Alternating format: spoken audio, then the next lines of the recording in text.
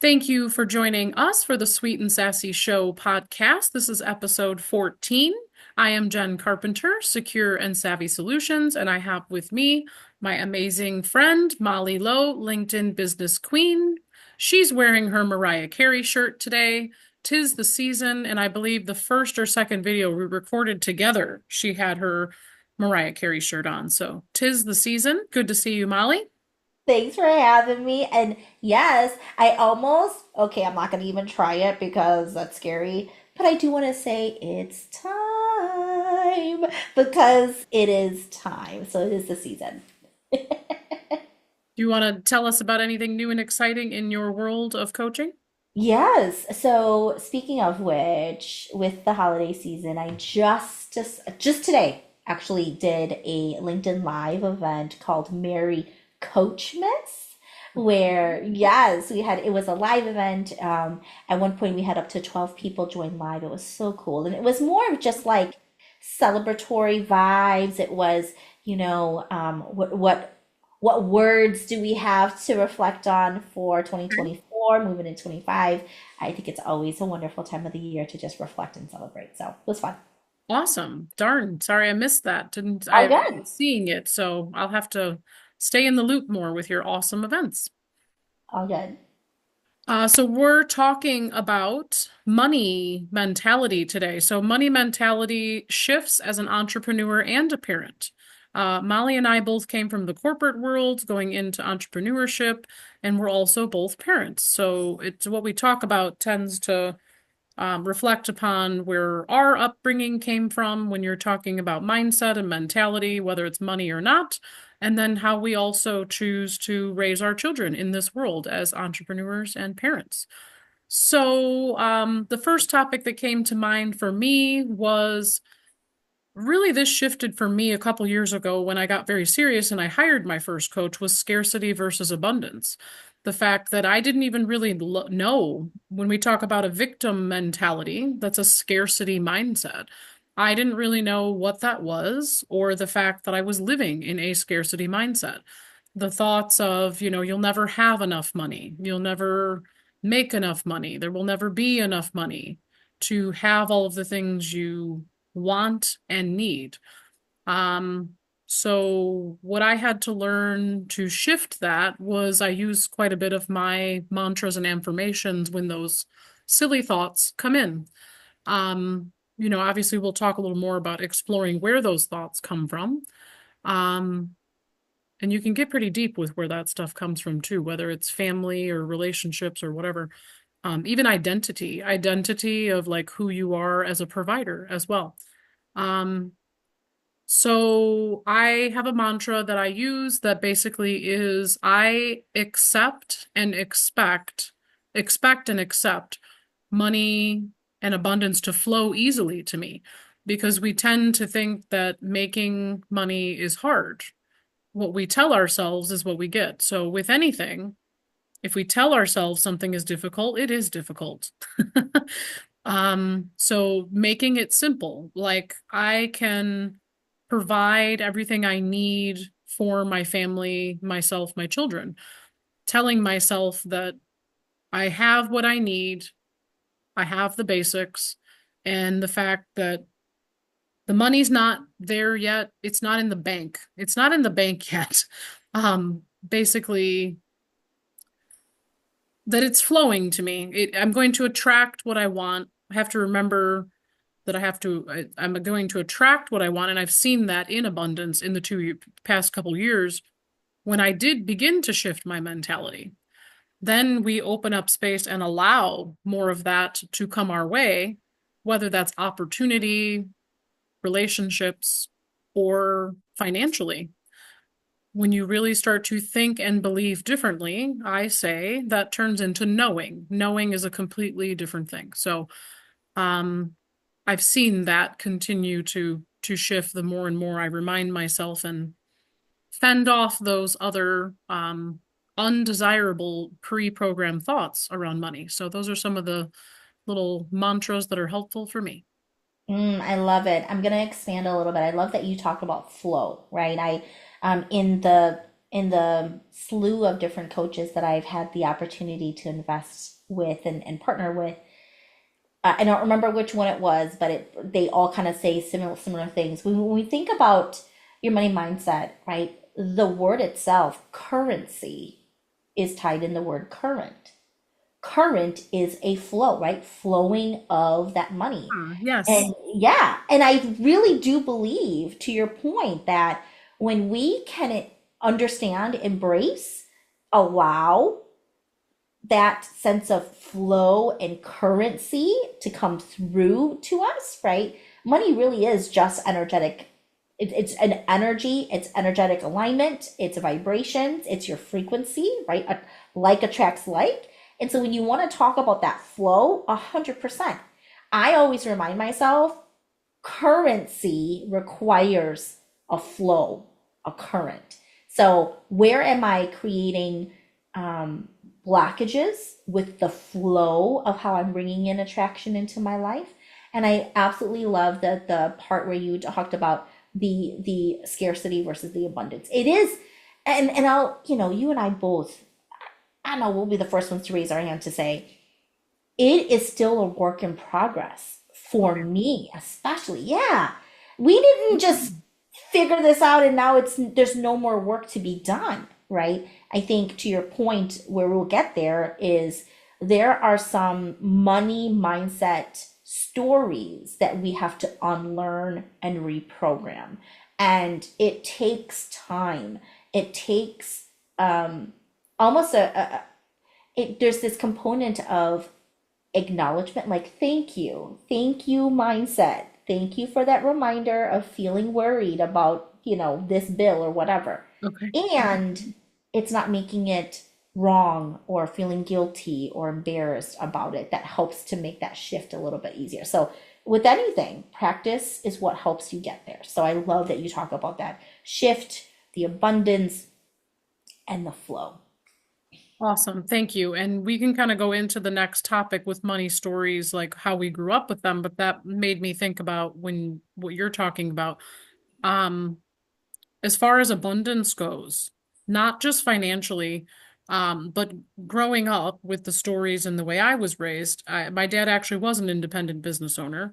And my mom worked two jobs 7 days a week for 27 years.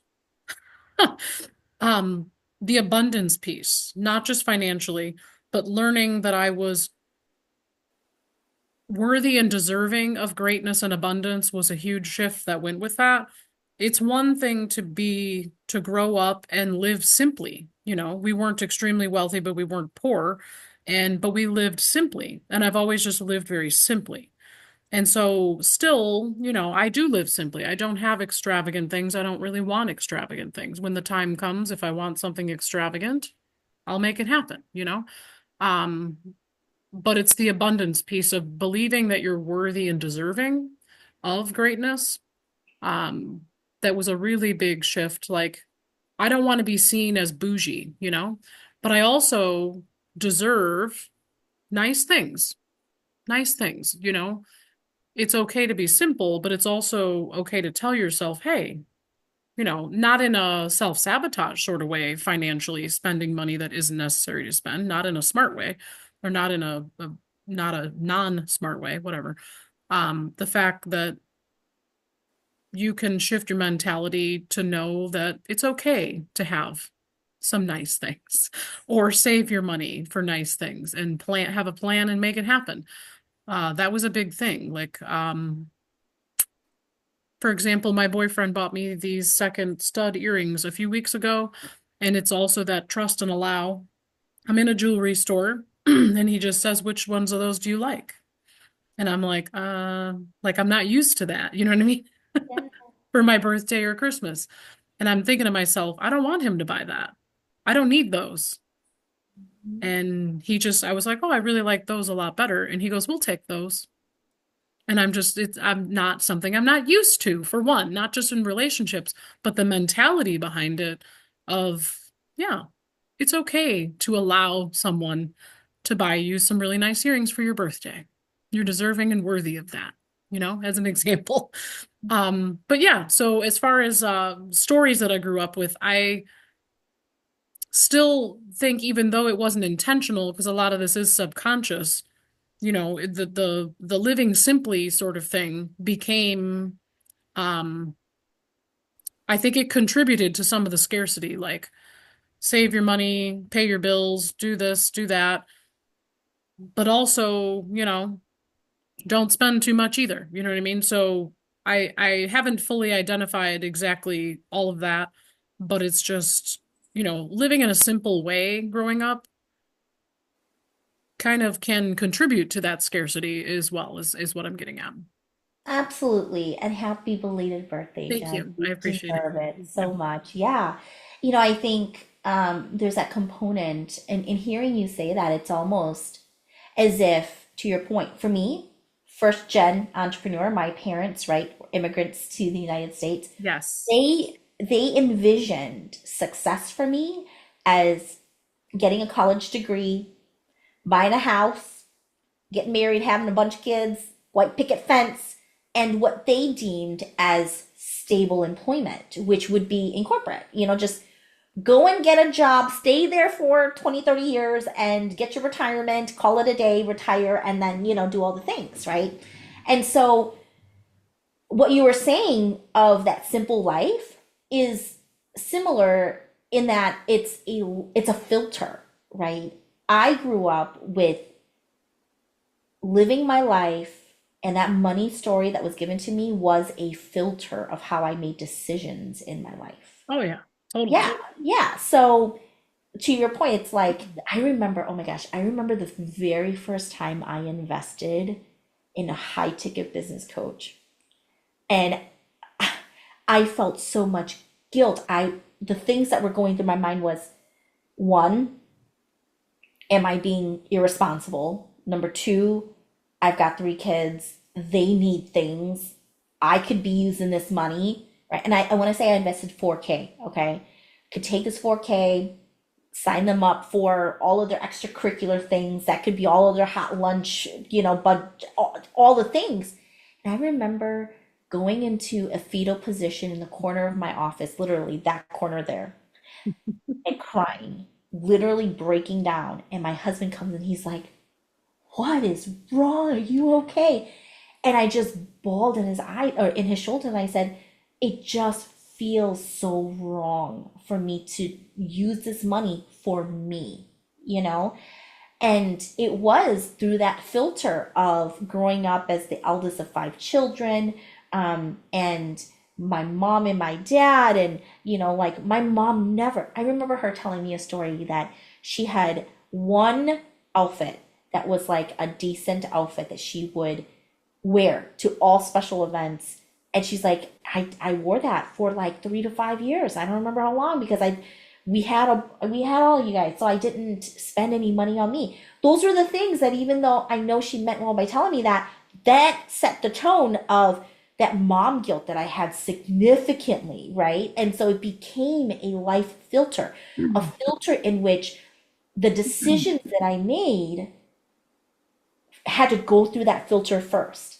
And it's hard after years and years, right? Oh yeah.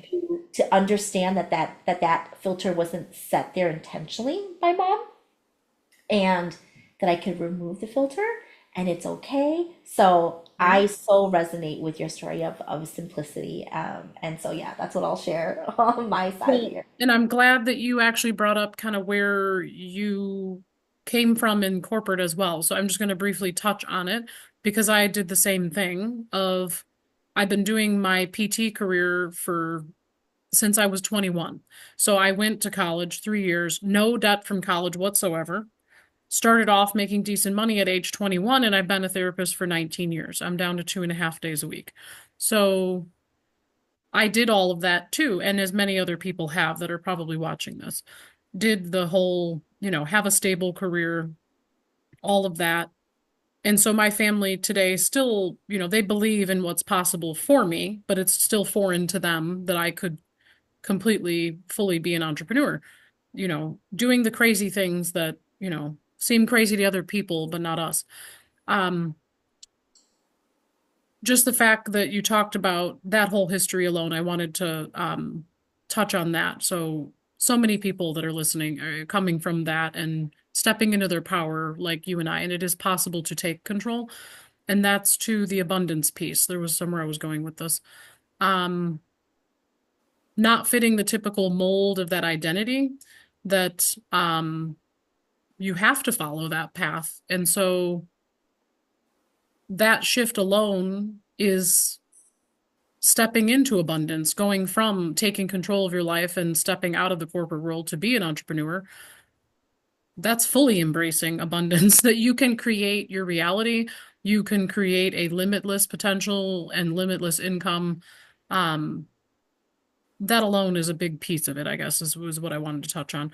Um, and making yourself, oh, that's what it was, making yourself more valuable. So, um, you talked about spending 4K on a coach, same kind of thing. 2 years ago was the first time I really invested in myself. And at the time, I was a single mom and decided I'm going to go all in on me for this program for 6 weeks. And yeah, I felt really bad about it. At the time, I definitely did. And yeah, you definitely have to fend off those thoughts of putting yourself first is priority. And big picture, it comes up quite often as a parent and an entrepreneur.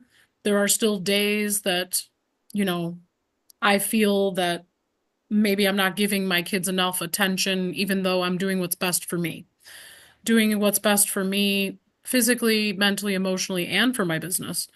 Um, so taking the big step to invest in yourself, in a coach, um, is a big leap. And that's where massive shift and change occurs.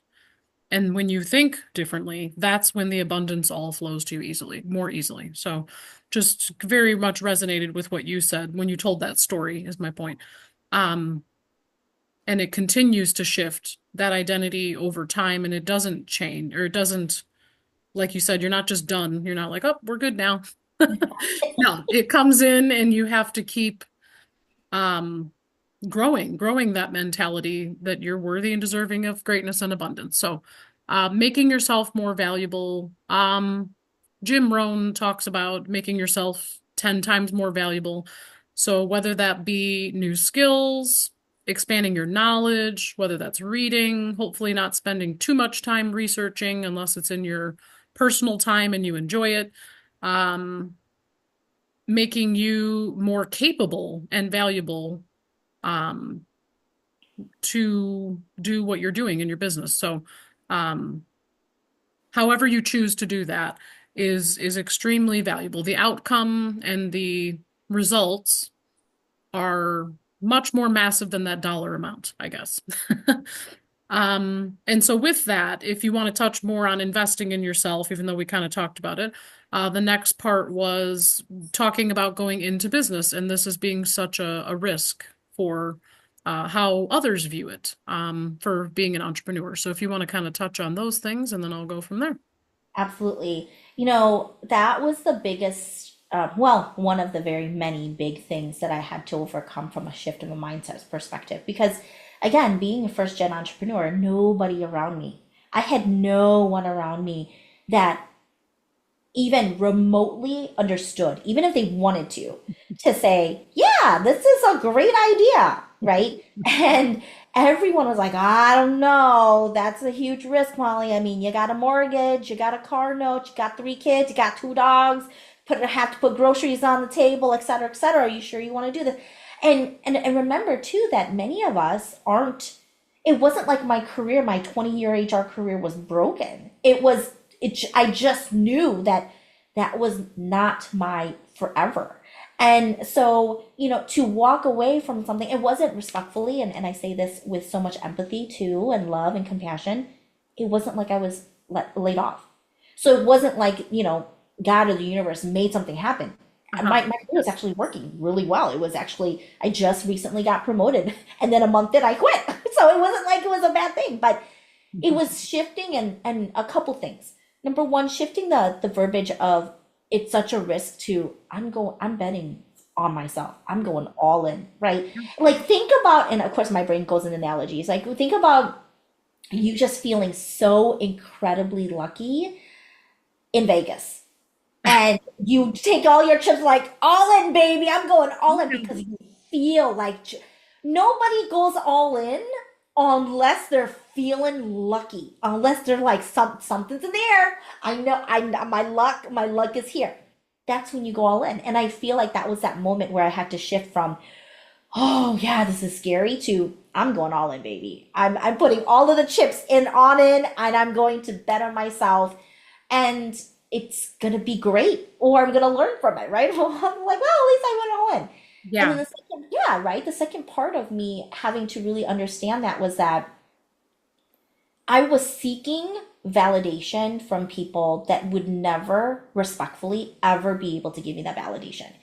And I think as newer entrepreneurs, and especially as a mom in entrepreneurship, right? We seek camaraderie. We love to just be like, yeah, you want that support system. But sometimes as first gen entrepreneur, you're not going to get that until you find your community, right? Until you Yes. find other people Yes. like Jen, who's going to be like, yeah, I get it. As a mom, I'm doing this and I'm running my own business. And I had to let go of this desire to have my immediate circle to understand me, you Yeah. know? And so it's like, I don't need you to understand. And that's all right. Till this day, my parents are like, so what do you do? But my dad's at a point where he's like, well, the mortgage is getting paid. My kids look well fed and clothed. So I guess I can't say anything. And I'm like, you don't have to understand. Just love me and just be my parents for me, and I'll continue explaining what I do and how I serve my people all the time. But it's all right, mom and dad. Like you don't need to get it. So I agree with that. I was told for quite some time, I'm not going to rid the most important people of my life, but it's very interesting. Many of the most important people in my life don't really ask a lot about what I'm doing in my business and how things are going. Occasionally they do. They're just not in that same mentality, and that's okay. They're okay with their corporate world, and again, there's nothing wrong with that either. um, Family, friends, all of that. So yeah, it's all about who you choose to surround yourself with. And you have to go out then and find it. Like you said, you quit a month later into your promotion, and then I'm sure started to find your people and surround yourself with the network of people who do support you. And that's actually one of my most favorite things about entrepreneurship, not just networking, but creating the network of people around you who are on your same page. So that's one of the most beautiful things about it. Um, I just want to kind of go back to the actual money aspect of this, but um, yeah, I mean, surrounding yourself with a network of people, whether that be with networking events, masterminds, coaches, other mentors, even talking to a few mentors on a weekly basis, having conversations with those people that keep you in check, whether that's somebody in your business or outside people, having a few of those people that you talk to on a weekly basis, outside of even your business operations, if you will, that makes you more valuable when you speak to those other seasoned entrepreneurs and mentors. And you grow from that and you're being supported. And then you also add value to their lives in return. So that's one of the coolest things altogether about entrepreneurship. So altogether, all of these things I hope are extremely valuable to those that are listening to help you with money mentality and shifts to grow as an entrepreneur and a parent. So thank you for tuning in. This will be released in the middle of January, and stay tuned each month for usually by the second Friday of each month. This is shared on my YouTube channel. So Jen Carpenter, Secure and Savvy Solutions everywhere. And also, please connect with Molly Lowe, LinkedIn Business Coach, on LinkedIn and YouTube and across all social media platforms as well. So stay tuned, and we will see you again soon. Thank you for your time.